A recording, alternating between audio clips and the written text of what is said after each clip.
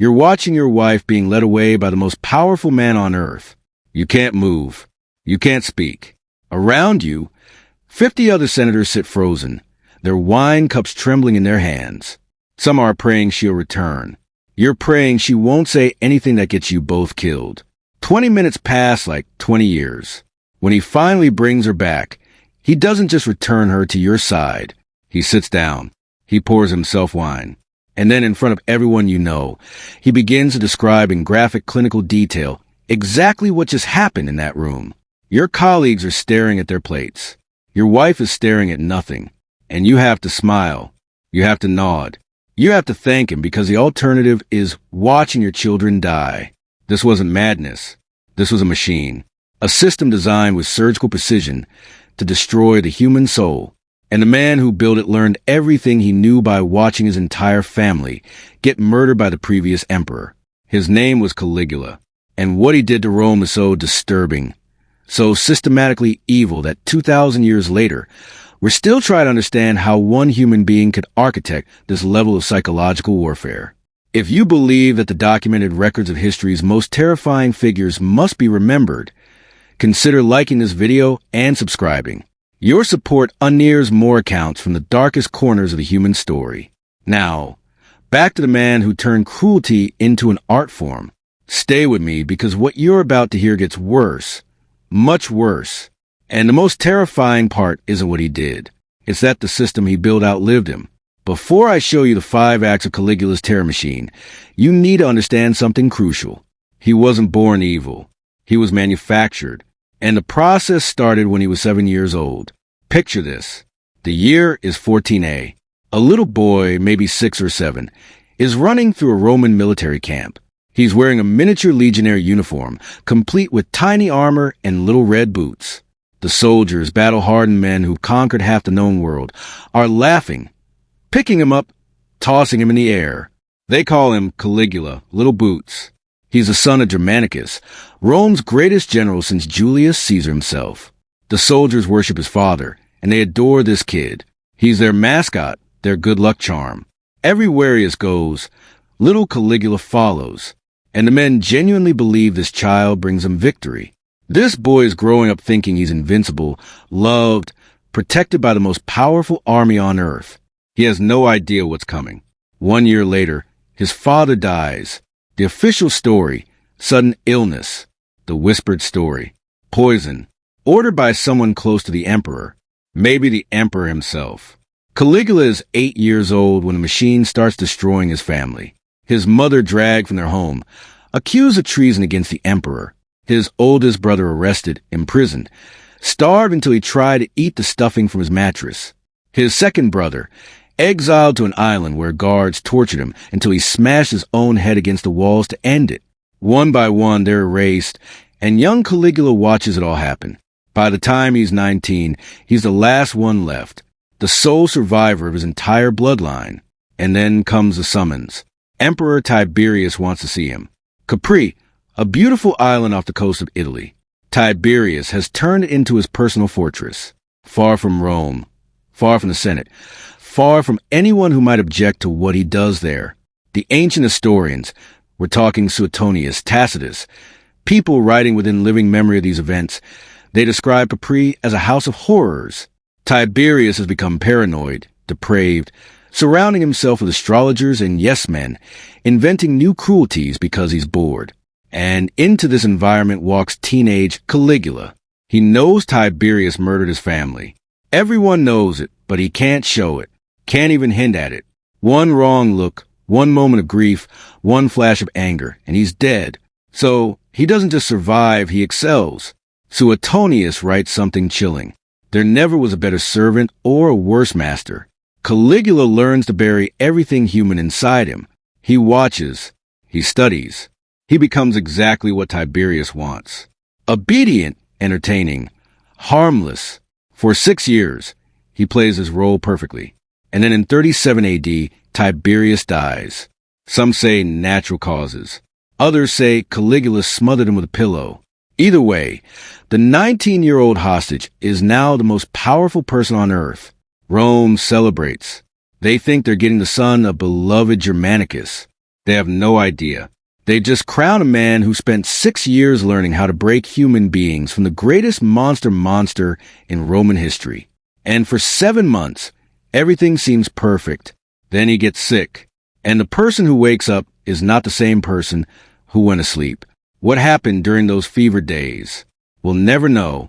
But when Caligula recovered, something inside him had shattered. And Rome was about to learn what he'd been hiding. What I'm about to describe isn't random violence. It's not the act of a madman. Caligula built a system. 5 distinct acts of psychological warfare. Each one designed to destroy a different part of the human spirit. And the truly terrifying part is how methodical it was. Let me show you the blueprint. Act 1 of the machine, the sister goddess. Caligula had 3 sisters, but one Drusilla was different. Ancient sources say their relationship crossed lines that even Rome found disturbing, whether the rumors of incest were true or propaganda. What matters is that everyone believed it. And Caligula didn't just allow the rumors, he encouraged them. Then Drusilla died. What happened next reveals the core Caligula system, taking his personal pain and forcing an entire empire to experience it. He doesn't just mourn, he weaponizes mourning. First, he has the Senate declare Drusilla goddess. Not metaphorically. Officially, there are now temples to his dead sister, where Romans are required to worship. Then, he declares a period of mourning. And here's where it becomes monstrous. It is now a capital crime to laugh. It is now a capital crime to bathe. It is now a capital crime to have dinner with your family. Read that again. For weeks, maybe months. If you're caught smiling, you can be executed. Imagine living like that. Your child tells a joke at breakfast. Do you laugh? Do you discipline them for being a child? Every moment of joy becomes a potential death sentence. He's making Rome feel his pain, whether they want to or not. He's learning he can legislate emotion, criminalize happiness, make his inner world everyone's reality. And once he realizes he can control how people feel, he starts experimenting with what else he can take from them. Act 2 of the machine, the imperial brothel. This next part is so disturbing that historians still debate whether it actually happened or was later propaganda. But here's what the ancient sources claim. Caligula establishes a brothel inside the imperial palace, not for himself, for the public, as a business. And it's not staffed by common prostitutes. It's staffed by the sons and daughters of Rome's noble families, the aristocracy, the senators, the people who rule provinces and command legions. He has heralds go into the streets to announce the prices. Different rates for married women versus unmarried. Special rates for virgins from senatorial families. And here's the detail that makes it so specifically cruel. He allegedly kept ledgers, detailed records, names, dates, transactions, the bureaucratic accounting of human degradation. Think about what this does psychologically. If you're a Roman nobleman, your entire identity is built on family honor. Your lineage goes back centuries. Your name means something. And now your daughter is being advertised in the streets like livestock. And there's a ledger with her name in it. And you can do absolutely nothing about it because the alternative is execution. He's not just taking their bodies. He's taking the one thing Roman aristocracy valued more than life itself. Their reputation, their legacy, their name. But he's still not done because he realizes something. Public humiliation is powerful. But there's something even more devastating. Private humiliation with public witnesses. Act 3 of the machine, the banquet of predation. Picture this scene again, because now you understand the context. You're at an imperial banquet. You're sitting with your wife. Around you are 50, maybe 100 other senators with their wives. Everyone's drinking wine that tastes like fear. Caligula stands. Everyone goes silent. He walks slowly between the tables, looking at the women. His eyes are clinical, evaluative. He's choosing. He stops at your table. He looks at your wife. He inspects her the way you'd inspect a horse you're thinking of buying, checking her teeth, her hair, the shape of her body. He doesn't ask permission, doesn't even acknowledge you exist. He just takes her hand and leads her away. You sit there. The man next to you is staring into his wine. Everyone is pretending this isn't happening because everyone knows if you stand up, if you object, if you show any emotion at all, you won't leave this room alive, and neither will she, and neither will your children. So you sit, you drink, you wait, 20 minutes 30. The conversation around you is forced, brittle. Someone makes a joke and it dies in the air. Finally, he brings her back. She sits down. She won't look at you. And then he sits down. 2. He doesn't leave. He stays. And in front of everyone, your friends, your colleagues, your rivals, he begins to describe what just happened in detail. Clinical graphic detail. He's rating her performance, comparing her to other senators' wives, making jokes. And you have to smile. You have to laugh at his jokes. You have to nod like this is all perfectly normal, perfectly fine. He's not just violating your wife. He's destroying you. Everything that makes you a man in Roman society. Your ability to protect your family, your authority, your dignity. He's taking it in front of everyone who matters. And tomorrow, you have to come back. You have to smile at these same people. You have to pretend it never happened while everyone knows exactly what happened. This is the genius of the machine. He's not just destroying individuals.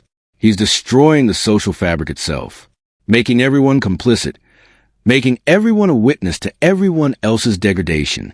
But we're only at Act 3. And what comes next is so much worse that modern psychologists have studied it as a case study in systematic psychological torture. Because Caligula realizes there's one bond even stronger than marriage. The bond between parent and child. This is Act 4 of the machine. The grieving father. This next part is almost unwatchable. If you need to take a break, I understand. Caligula begins executing people not for treason, not for crimes, just because he's bored or annoyed or because he wants to see what happens. And he develops a new protocol. If he's executing someone's son, the father has to watch, not from a distance, up close, front row. But here's what elevates it from simple cruelty to systematic torture. The historian Suetonius records a specific incident that reveals the true horror. Her father watches his son executed. Caligula then immediately has this man brought to the imperial palace for dinner. That night, the body is still warm. The father is sitting at Caligula's table, and Caligula watches him, just watches, studying his face like he's conducting an experiment. He's checking to see if the father will cry, if he'll show grief, any sign of pain. Because if he does, if he shows any emotion at all, Caligula will know he hasn't broken him completely, that there's still something human left to destroy. So, the father sits there eating food he can't taste, making conversation he can't hear, while his son's body cools in some alley, and the man who ordered it killed is analyzing his facial expressions for entertainment. He's not just taking your child, he's taking your right to grieve. He's turning the deepest human bond, parent and child, into a source of terror instead of comfort. Because now if you love someone, that love becomes a weapon against you. The more you care, the more vulnerable you are, the more he can hurt you. He's making love itself dangerous. And here's what nobody expected. The machine had a fatal flaw. Because while Caligula was busy destroying senators and noblemen, people who were trained to accept humiliation, who understood politics, who could rationalize their suffering as the price of survival, he made one crucial mistake. He aimed his casual, everyday cruelty at the wrong type of person, a soldier. Final act of the machine, the wrong man. His name was Cassius Carrier, senior officer in the Taurian Guard, the emperor's personal bodyguards. These are the elite, the men who stand inches from Caligula every single day. Armed, trained, lethal, Carrier had one physical characteristic that Caligula found endlessly amusing, a high-pitched voice. And Caligula, true to form, couldn't let it go. Every day, new jokes, new mockery. And here's a specific detail that shows how casual his cruelty had become. When it was Kyrie's turn to ask for the daily password, a military protocol, something done in front of all the other guards, Caligula would assign him passwords like Venus or Pepys, deliberately effeminate or sexual words that would make the other soldiers smirk day after day, week after week. For Caligula, it was throwaway humor barely, worth remembering. For Chiria, every joke was a drop of poison. See, Caligula had made a calculation error. Senators could be humiliated because they wanted to live. They had children, estates, legacies worth protecting. They could rationalize survival. But Carrier was a soldier, a man trained for violence, a man who stood next to the emperor every single day with a sword on his hip. And Caligula had just taught him that life under this emperor wasn't worth living, because Caligula had become so confident in his system, so certain that fear would always win that he forgot the most basic rule of predators.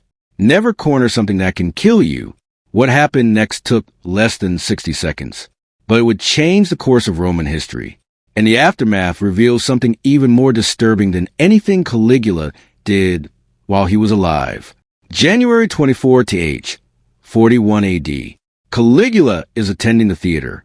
He's in a good mood. He's been organizing games, performances. In a few hours, there's going to be a play. Around midday, he decides to leave through a narrow underground corridor, a passageway that connects the theater to the palace. It's dimly lit, claustrophobic with rough stone walls on both sides. The conspirators are waiting. Chia steps forward as Caligula approaches. This is normal. Guards always check in with the emperor. He asks for the day's password, and Caligula, completely unaware, totally secure in his invincibility, gives one final sneering, mocking response. Is the last thing he ever says.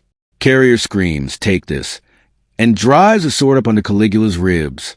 Caligula stumbles, tries to run, but there's nowhere to go. The corridor is too narrow. There are conspirators at both ends. They swarm him. 30 stab wounds according to the sources. 30 times the blade goes in. They don't stop until there's nothing left that could possibly be alive. For years of accumulated rage, humiliation, and terror, released in 60 seconds of frenzied violence. The monster is dead, and that's when it gets worse. The conspirators don't stop with Caligula. They find his wife, Caesonia.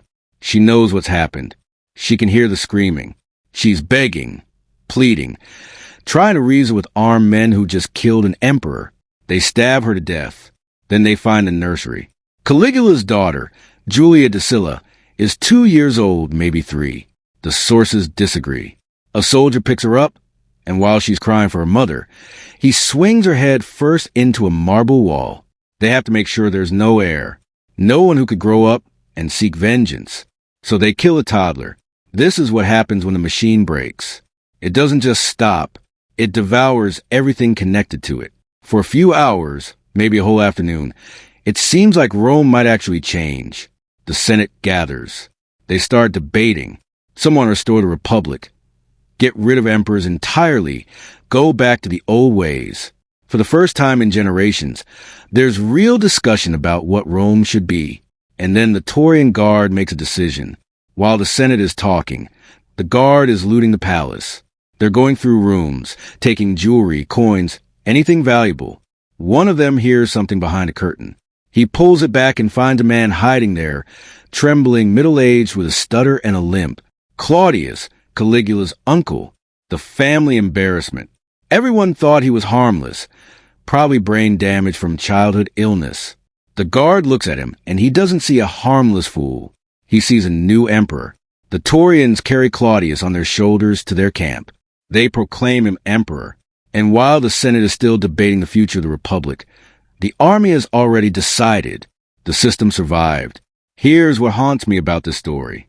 Caligula ruled for less than 4 years. For years. In the scope of Roman history, that's nothing. A blip, a footnote. And yet, 2,000 years later, we're still talking about him. Why? Because Caligula proved something terrifying about power.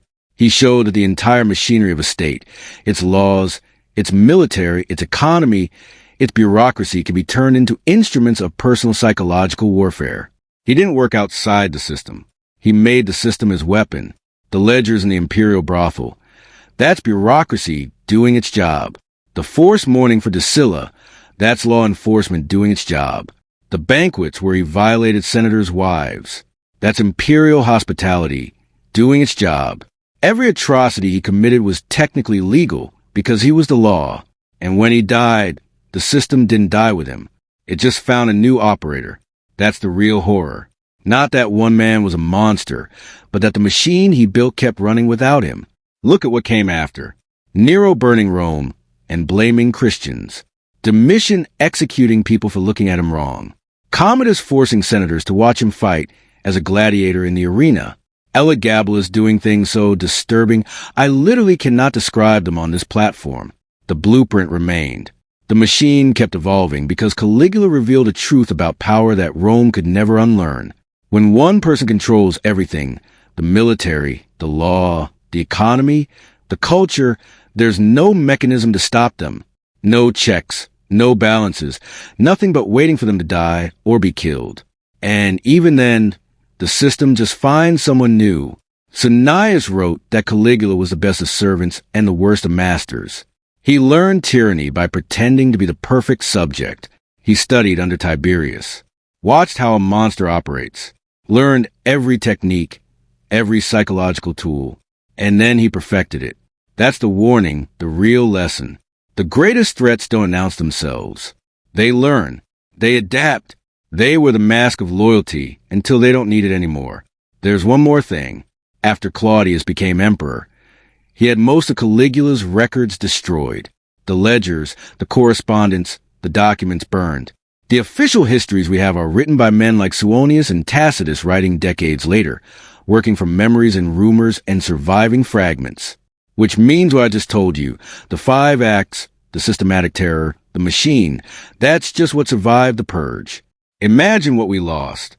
Imagine what was so disturbing that even in an empire that crucified thousands and fed people to lions, they decided it needed to be erased from history.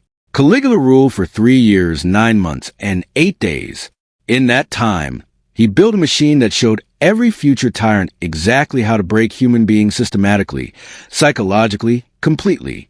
And the blueprint never disappeared. It's still out there. Which leaves us with one final question.